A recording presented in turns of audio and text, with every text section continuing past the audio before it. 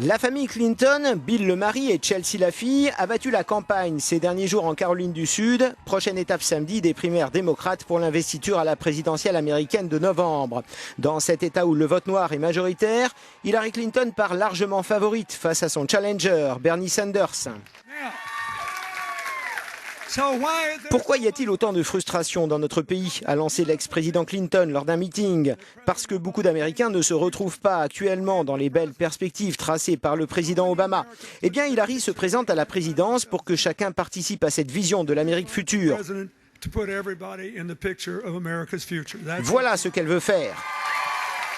Contrairement à Hillary Clinton, qui a traversé la Caroline du Sud de part en part, Bernie Sanders a peu investi ici, préférant réserver ses forces pour les primaires suivantes, en particulier les 11 États concernés par le Super Tuesday du mardi 1er mars. Un moment clé, sans être pourtant décisif, de la campagne, qui avait d'ailleurs permis à un certain Bill Clinton de redresser la barre en 1992. Le Parti démocrate compte une forte composante de minorités, en particulier des Afro-Américains, commente cet analyste politique. Les électeurs noirs représentent plus de la moitié des votants en Caroline du Sud et plus du quart des électeurs dans l'ensemble du pays. Il n'est pas sûr que Sanders puisse rééditer ses bonnes performances du début des primaires et Clinton me semble en position dominante. Les derniers sondages donnaient à Hillary Clinton une avance de l'ordre de 30 points sur Bernie Sanders, un retard bien trop important pour être comblé. La cause en Caroline du Sud paraît entendue.